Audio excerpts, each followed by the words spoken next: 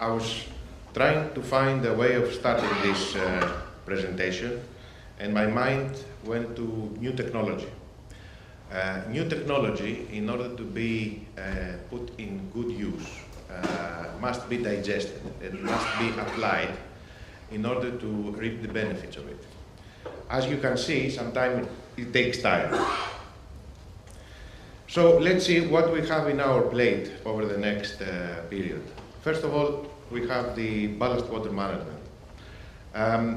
As Dimitris said earlier on, and you saw about the implementation schedules, we have to face the music, as is said. Before long, we have to start installing the systems. So now we have to ask how we are going to do that, how efficient we can be in installing the systems, how much is going to cost, the installation cost, how long time will the vessel be off hire for implementing the installation. All these things, of course, and the other questions regarding whether the systems are going to be fit for purpose, etc., will be discussed later on. Then we have the MRV. This is a relatively simple thing in its concept. We want to present to everybody what we consume in fuel each year. But this was unfortunately done very complicated. Then we have Tier 3. Tier 3 is a very huge reduction of the NOx emission standards from what we have now as Tier 2, 80%. And this, of course, makes necessary the need to install very complicated machinery for the after-treatment of the gases.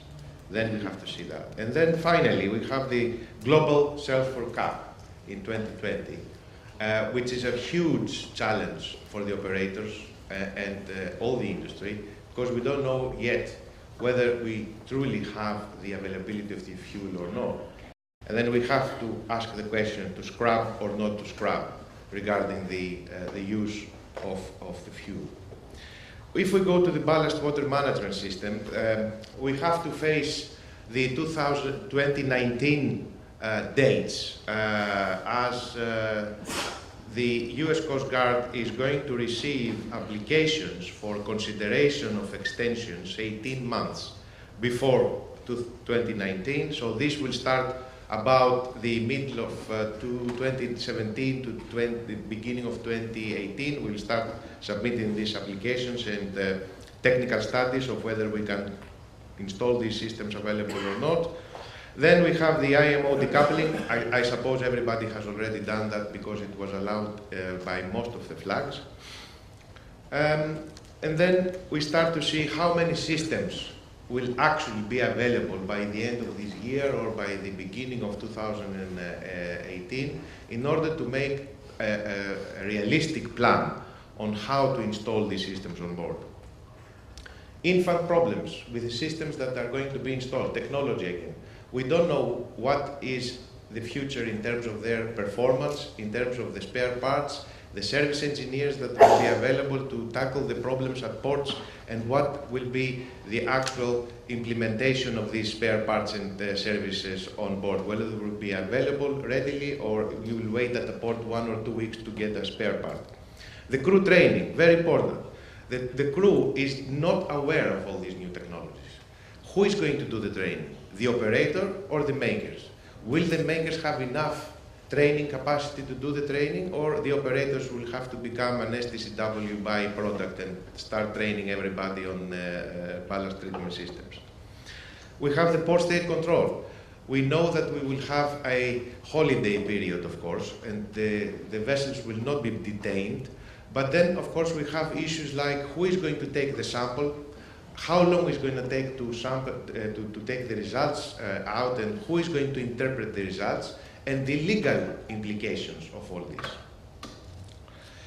When you go to MRV, I said about the complicated procedures. Yes, I think it's made too complicated for a relatively simple thing, just to get the fuel consumption per year.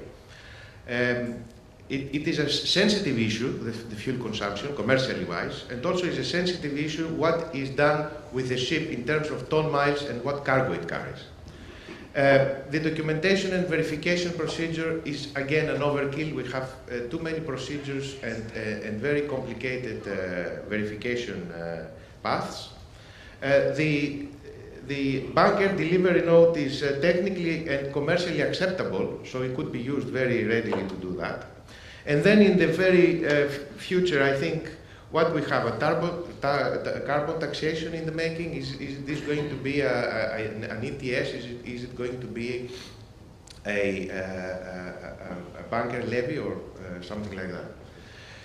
For Tier 3, we have, of course, the two systems, the EGR, the SCR, established for ultra-low sulfur fuels. We also have the low-pressure EGR, which is coming in now mainly from Japan, but is acceptable as a viable solution. The onboard treatment is going to be a big challenge because we are going to have some very dangerous substances like urea and caustic soda handled by crew, and then again crew training is going to be very important in handling all these materials. The availability of these materials, urea and caustic soda, is another issue, whether this will be readily available for the operator to have and use for the Tier 3 operation. And so far, not many new buildings have been specified as Tier 3. The yards found a way of early killing, and they have some aces under their sleeves to kick the can down the road a little bit more. But I think before long they will start and they will be obliged to go for Tier 3 new buildings. And then when this is going to be done, we have to ask ourselves, are we going to have a two-tier market formation? That means that is this going to be that the Tier 3 vessel will be going to the United States and this will be preferred by the charterers or not? This is something that we have to consider in the future. And then the local politics, of course, will play a role in terms of who is going to be the next to apply the Tier 3 after the North European area, which is going to be around 21. Will the Hong Kong and Singapore and Korean and Japan going to do something? This is remaining to be established. The global sulfur cap for 2020. Okay, we have the fuel availability. In fact, there were two different opinions regarding the fuel availability. As you know, there were two studies. One study was done by the IMO and the other one was done by for BIMCO. Apparently, these two studies had different terms of reference.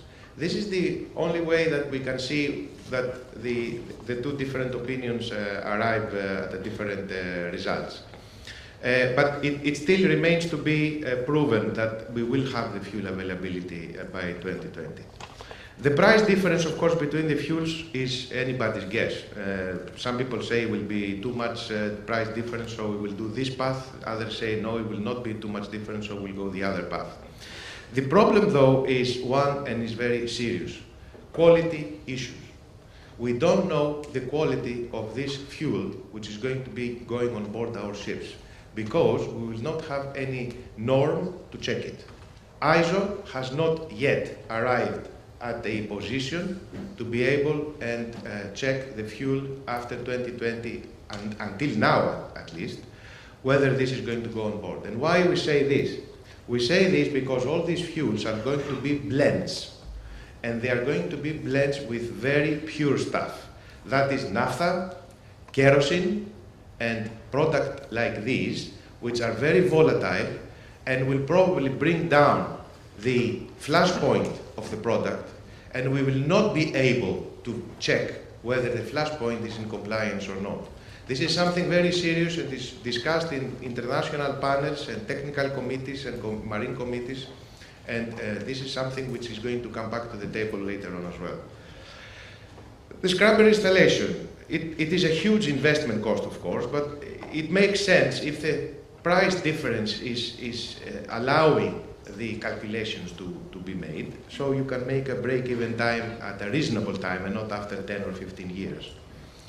And then we have the question, will the HFO, the heavy one, the 3.5%, be available by 2020 for using the scrubbers? This is another question that we have to ask, because maybe this product will go somewhere else to be used, So the clean product will come to the shipping industry to be used in shipping. And then, of course, we have the port state control enforcement policies when they are going to go on board, of course, and have the sampling again and have all these procedures for verifying that you are, in fact, in compliance. I left for last the operational issues and the commercial, which is the one that, of course, hurts more. This is to do with cost and financing, and also to do with the actual operation, the difficulties the operator is facing in terms of his crews and how the crew is going to react. The awareness and the training for the new regulations, the procedures and the new machinery is a very serious issue. What is going to happen if we have an accident or if we have an incident with a ballast treatment unit or a tier 3 installation or a scrubber or a fuel which is not compliant, and we're going to have insurance-wise, how we are going to cover ourselves that we have exercised due diligence in order to be able to operate the ship safely.